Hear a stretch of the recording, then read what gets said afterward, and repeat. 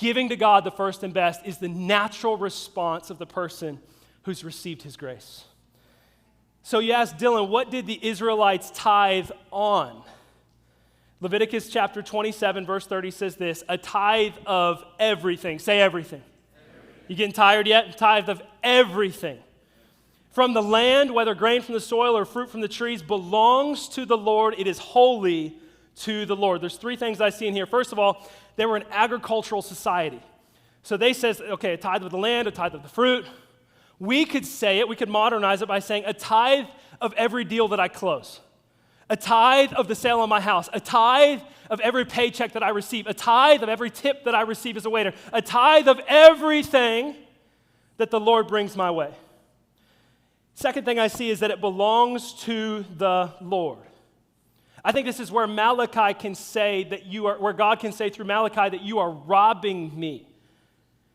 Because it belongs to the Lord. So if the first 10% belongs to the Lord, not because we're under law, but because we're under grace, and this is a natural response of his grace in our lives. If the first 10% belongs to the Lord, and we take it for ourselves, do you know what it is called when you take something that doesn't belong to you? It's called stealing. It's called stealing. Okay, so there's three ways you can view money. First way, it's called being selfish. What's mine is mine. It's like when my kids were 2 years old and they learned that word, that awful word, mine, mine, mine. You know, there's everything, mine. Take the remote, mine. Take your phone, mine. It's selfish. That's one way to view your possessions. Second way to view your possessions is called stealing. It's when you say yours is mine. All right, it's also called socialism. Okay, we don't have time for that. Third way to view your money. It's called stewardship. It's when you say mine is God's. Everything that he's put in my hands, it doesn't actually belong to me. It belongs to the Lord, and therefore I'm going to return to him what is his.